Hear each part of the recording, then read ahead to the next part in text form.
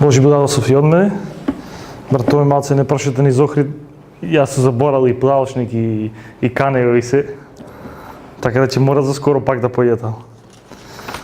За денеска ќе зборуваме за нешто малце поабстрактно, ќе зборуваме за вредноста. Вредност како што подразбираме ние под вредност? Дали вредност за човек, дали вредност за материјално нешто, што подразбираме за вредност? Одма ни иде нешто, вредност во денари, во евра, во што и да било. Да. Секој пат поврзуваме нешто вредност према дали ќе процениме, дали понадворешно ќе гледаме, дали ќе гледаме по големина, по нешто, ќе му дадеме, значи ние без да сетиме во текот на денот многу работи ги проценуваме, дали вреди, дали не вреди да се направи нешто. Затоа што вредноста е како да речем на еден пат по кој што ние цениме дали треба да се направи нешто или не. Меѓутоа вредноста, дефиниција за вредност излезе нешто многу интересно, што вредноста е замена. Кога ние имаме 10.000 евра во нас и сакаме да купиме некоја кола, и ние проценуваме дали вреди нашите пари да ги замениме за таа кола. Ако вреди, велиме дека таа кола е вредна 10.000 евра и што правиме? Ги даваме тие 10.000 евра, замена вршиме, а добиваме колата. Меѓутоа вредноста така исто може да се поврзи и со времето. Времето исто така е вредно.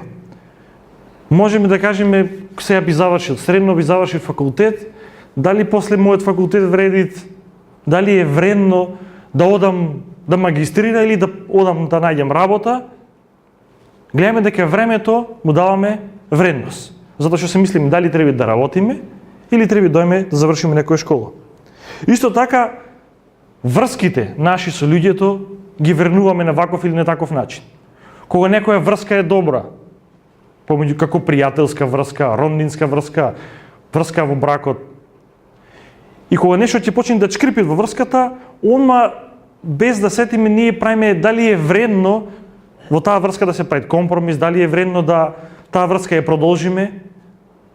Секаде гледаме дека ние луѓето сме некои работи кои ги цениме и им даваме вредност. Веќе секој ден ние правиме или носиме одлуки врз основа на вредноста, како пример што спомнавме со колата, дали е вредно да продолжиме да учиме школа, дали е вредно да вложиме уште во врската. Се замислете да некаде сте бидени, сте моментално странство. Охрид нема таква прилика, така да странство шетате некаде во некоја земја, нека биде Германија или некоја скапа земја. И така додека сте на одмор, вечерта сакате да прошетате покрај, ако има море, и додека гледате има некои бутици, така и сте заинтересирани да си купите нешто како спомена за дека. И влегувате во некој бутик и претежно женските одат кај што делот за женските, машките ќе разгледаат дали кондори, дали палто. И сега ојте не на страна таму и гледате обесени палта, костумчина некој или некој вид модерна облека. И гледате на една од тие цени, не знаете дали е напишано, дали е во евра, дали е во денари, ве збунуваат што вредноста на едно од тие палта или костумче, како сакате да наречете, само горниот дел коштат 5.000 евра. И си мислите дека е грешка испечатено, го заемате второто палто за него, гледате исто така 5.000 евра.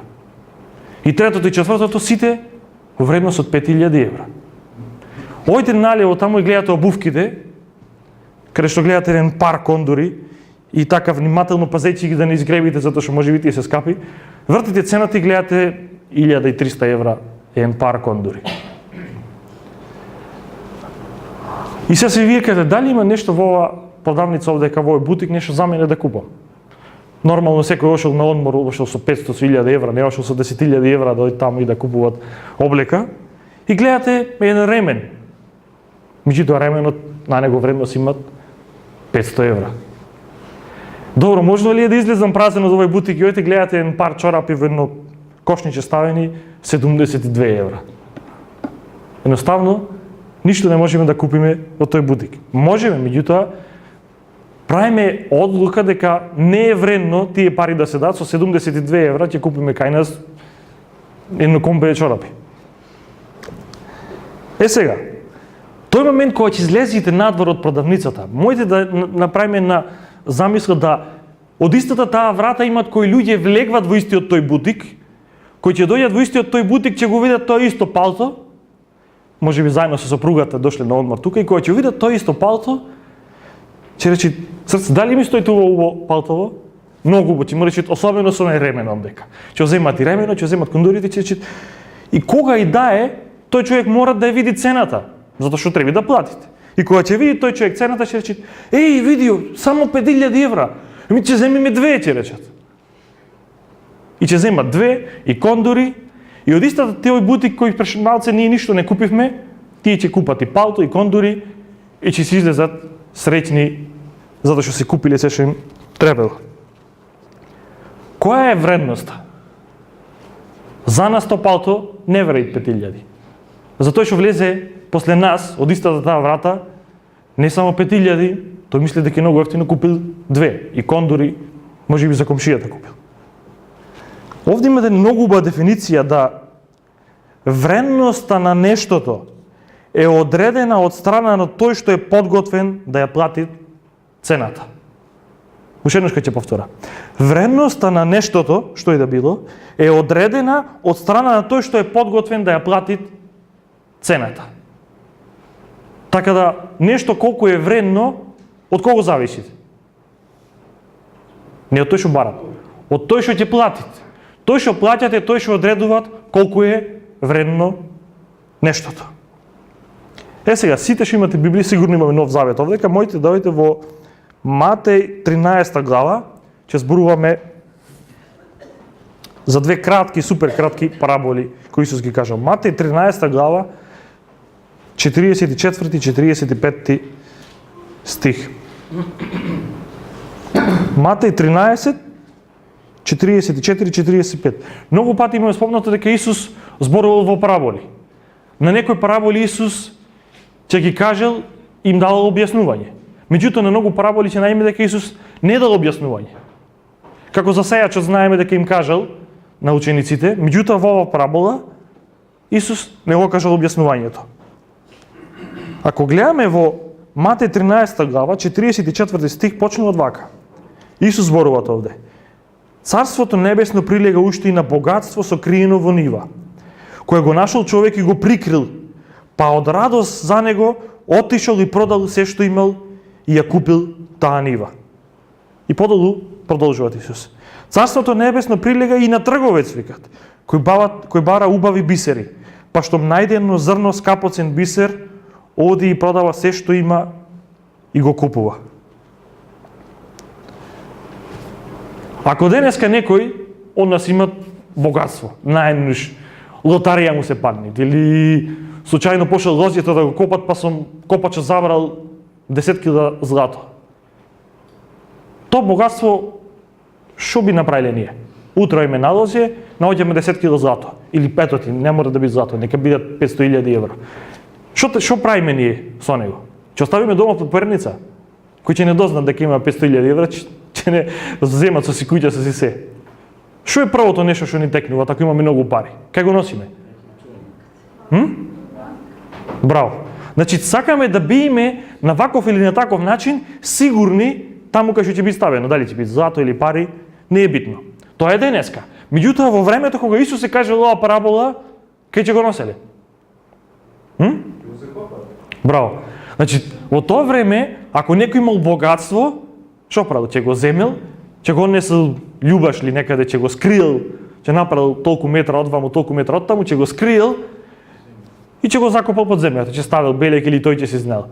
Меѓутоа, што се случува со човекот ако го закопал и не мора дента, други денови си избират, улажен го касни страшно и умрел.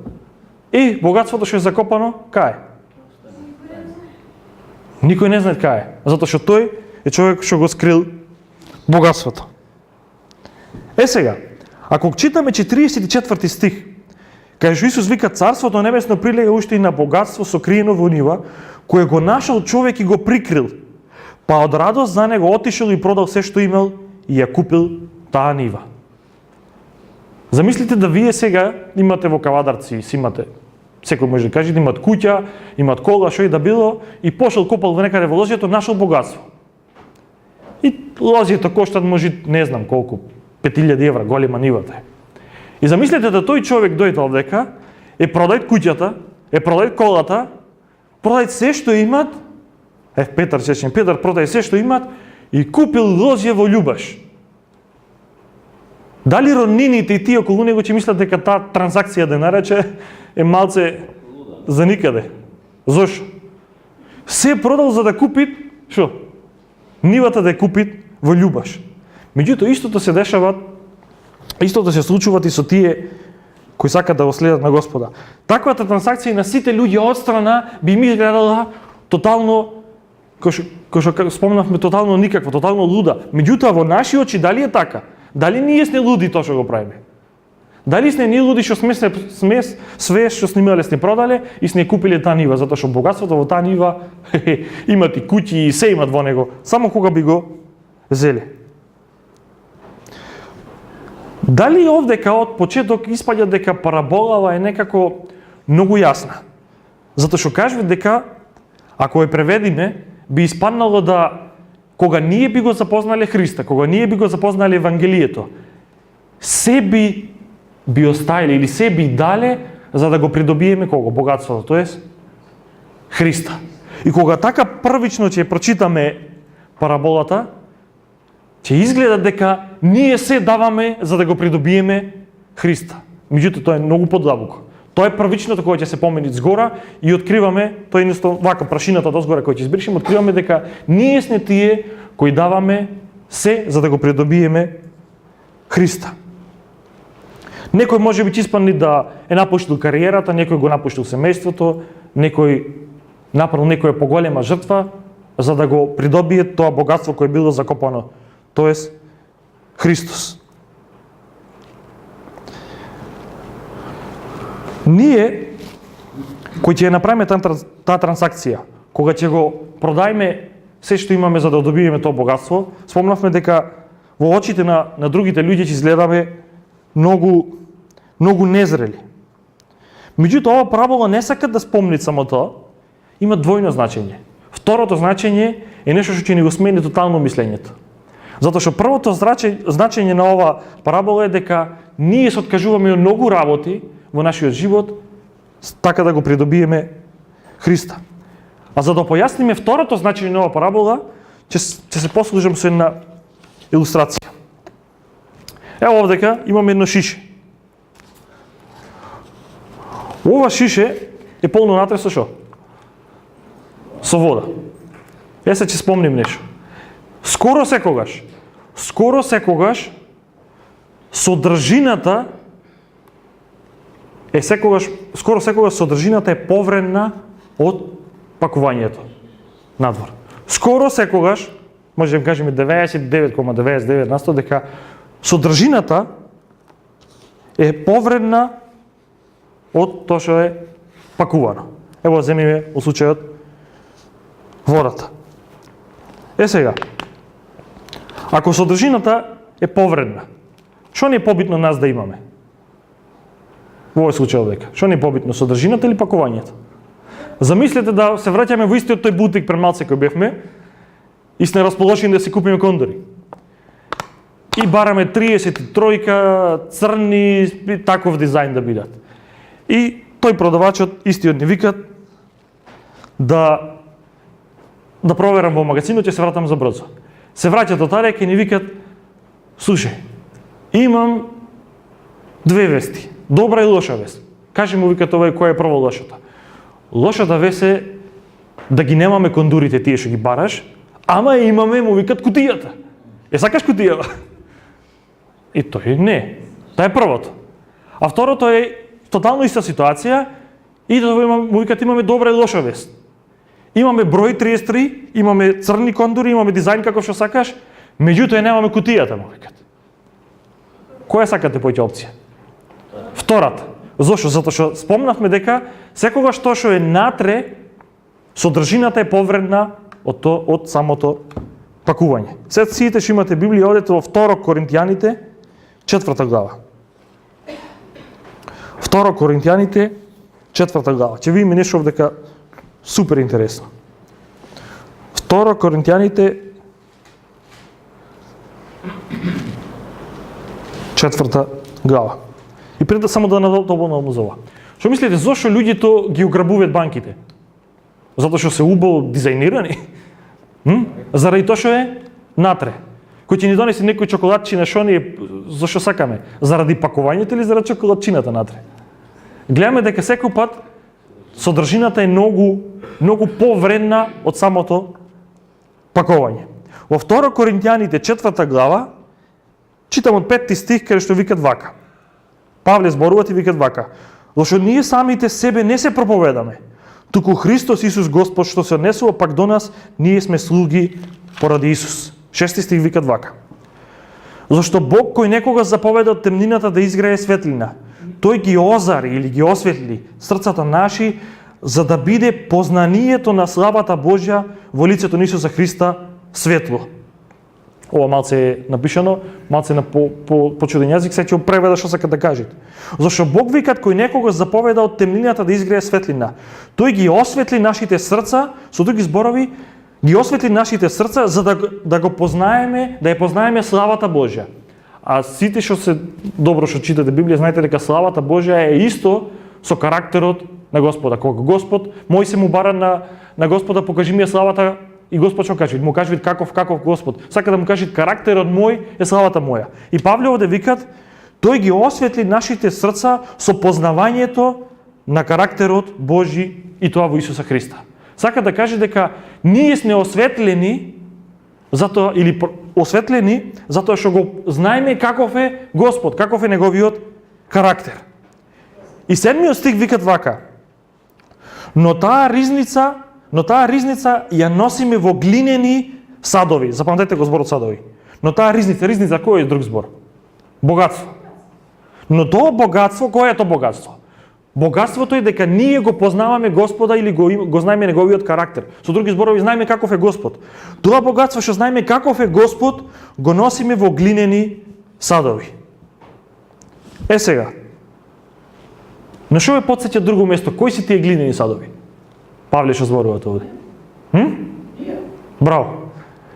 Павле викат познавањето, содржината, што спомнавме малце. Содржината за Господа, тоа што го знаеме Господа, го носиме во глинени садови. На друго место кој ќе ви спомни глинен сад, на кое место ви текнува во Стариот Завет?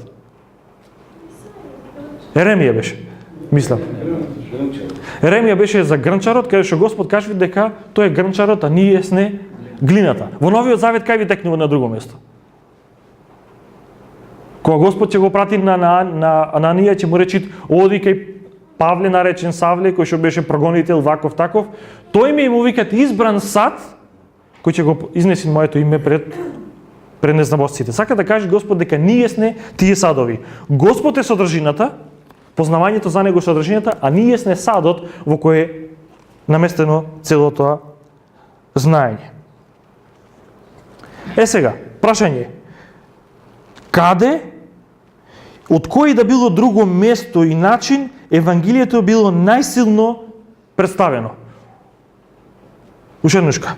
Каде, од кој да било друго место, време и начин Евангелието било најсилно представено? Низ цела Библија само на едно место било Евангелието најсилно представено. Тоест, добрата вест е најсилно представена. На кое место? Не. На крстот. На крстот Евангелието било најсилно представено. Зошто? Затоа што тоа што Господ го направи на крстот. Господ со други зборови рекол на крстот вака: побрзо викат, јас би бил изгубен во вечноста, отколку да живеам без тебе во вечноста. Господ така рекол на крстот. Кога ние ќе сватиме таа вистина дека Исус Христос, кога го дал својот живот, кога умрел на крстот, и кога, ако читаме во списите на Елена Вајд, ќе видиме дека Исус Христос не ни можел да види после крстот. Така да Исус бил спремен да го заврши својот живот и никој пат да не постои поќе, зошо? Само заради нас. За радоста која требало да имат после тоа. Исус знаеме дека кога бил во Гециманија, сите што имате читано, кога бил во Гециманија, Духот на пророштвото каже дека кога бил во Гециманија, сиот тој товар од сите гревови што ги имале направено луѓето што бил врз него, едноставно го притискал и тука се спомнува дека му го одцедел животот. И викат кога ангел Господов не би бил испратен да го закремни, Исус би умрел уште во Гециманија. Затоа што гревот едноставно му го цедел животот. Се спомнувате и во Библијата дека почнале да му течат капки од што? Од крв, не бил од пот, туку од крв. Така да животот на Исуса Христа би завршил уште во Гециманија. Меѓутоа ангелот Господов дошол и му дал сила да го поминит, да ја поминит и Голгота. Одете во Евреите 12 глава 2 стих. Евреите 12 глава 2 стих. Ќе видиме што Господ направил за нас. 12 глава 2 стих. Павле вика вака: имајте го пред очи зачетникот и довршителот на верата. И кажуваат кој? Исус, кој поради неговата инна радост претрпе крст, занемарувајќи го срамот и седна од десната страна на престолот Божи. Исус вика заради неговата инна радост претрпе крст, занемарувајќи го срамот.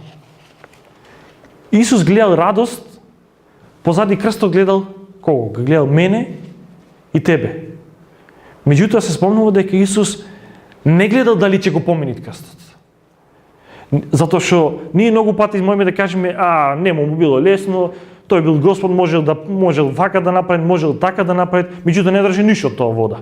Затоа што кога Христос би искористил малце од неговата божествена цела, работа би била урната. Морало тој да помени секако човек. Така да Христос не гледал ништо позади крстот.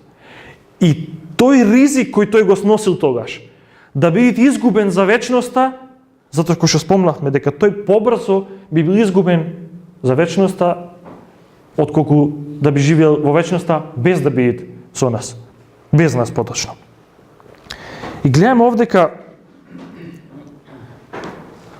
каде што гледавме дека секогаш, скоро секогаш, содржината е поскапа од пакувањето. Меѓутоа во Евангелието има нешто многу различно.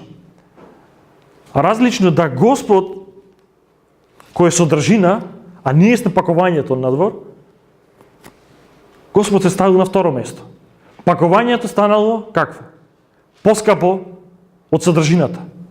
Господ се ставил на второ место и се тргнал настрана и се дал сами од себе си за ние да би можеле да имаме живот вечен.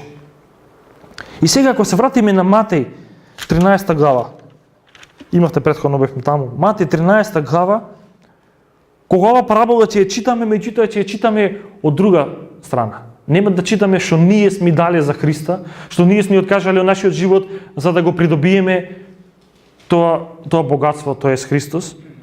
Ќе читаме од друга страна што Господ направил за нас. Што значи тоа парабола? Дека ние даваме се, семејство или кариера, меѓутоа не е така. Христовите параболи, сигурно секој од вас прочитал, на 86-та страна, што е запишано ова, бас се објаснуваат за параболата.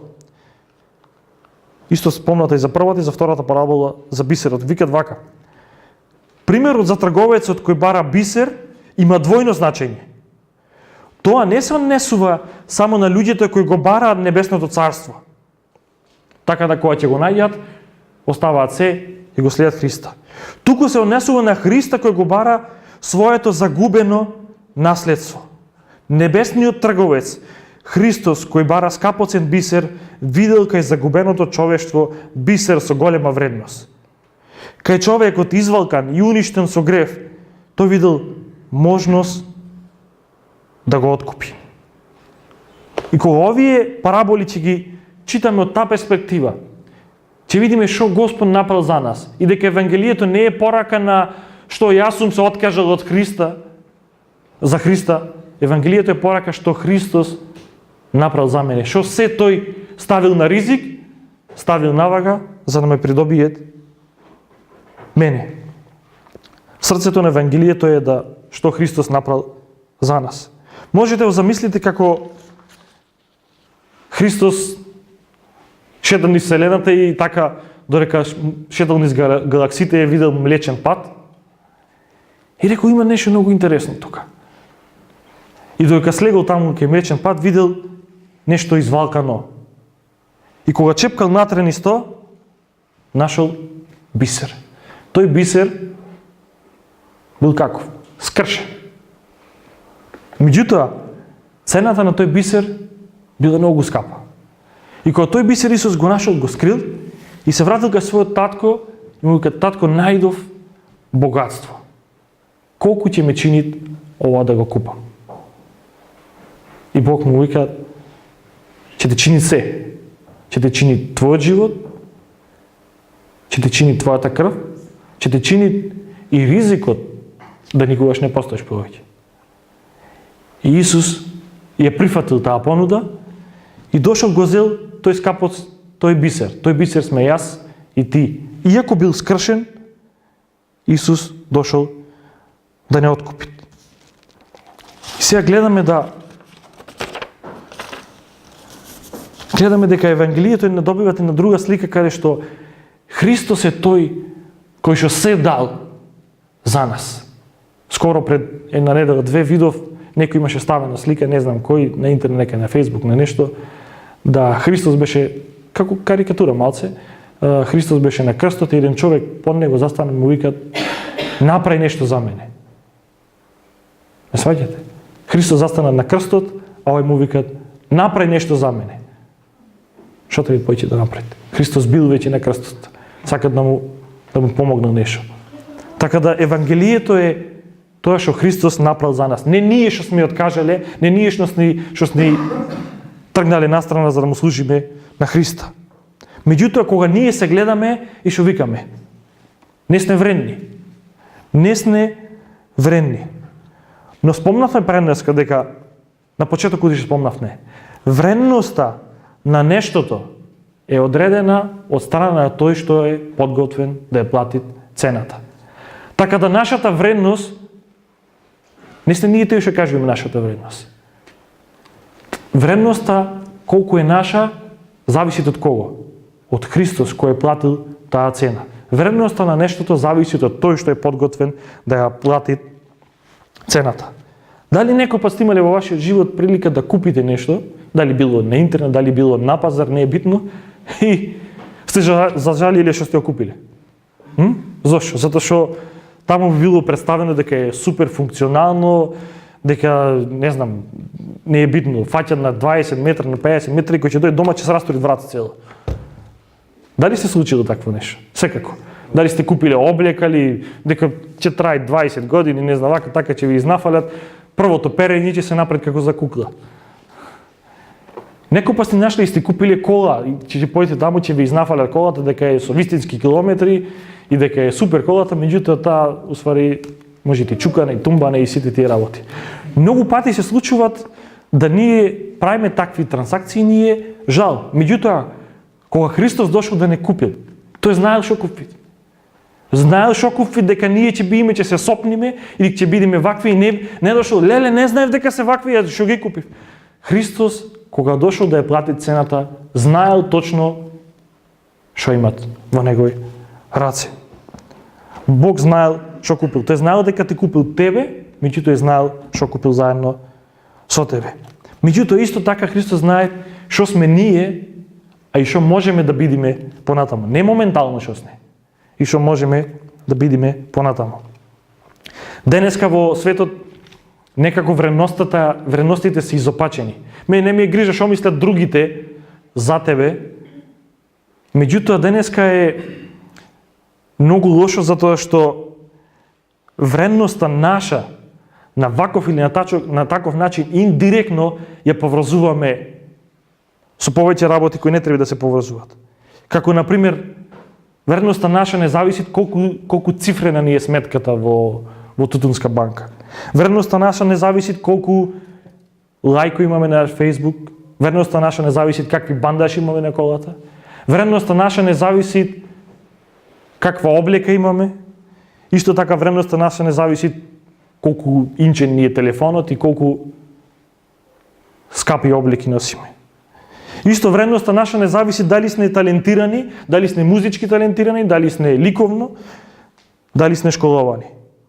Вредноста наша, моја и твоја, не зависи од било што и да правиме. Сме правеле или воопшто во Индина ќе правиме.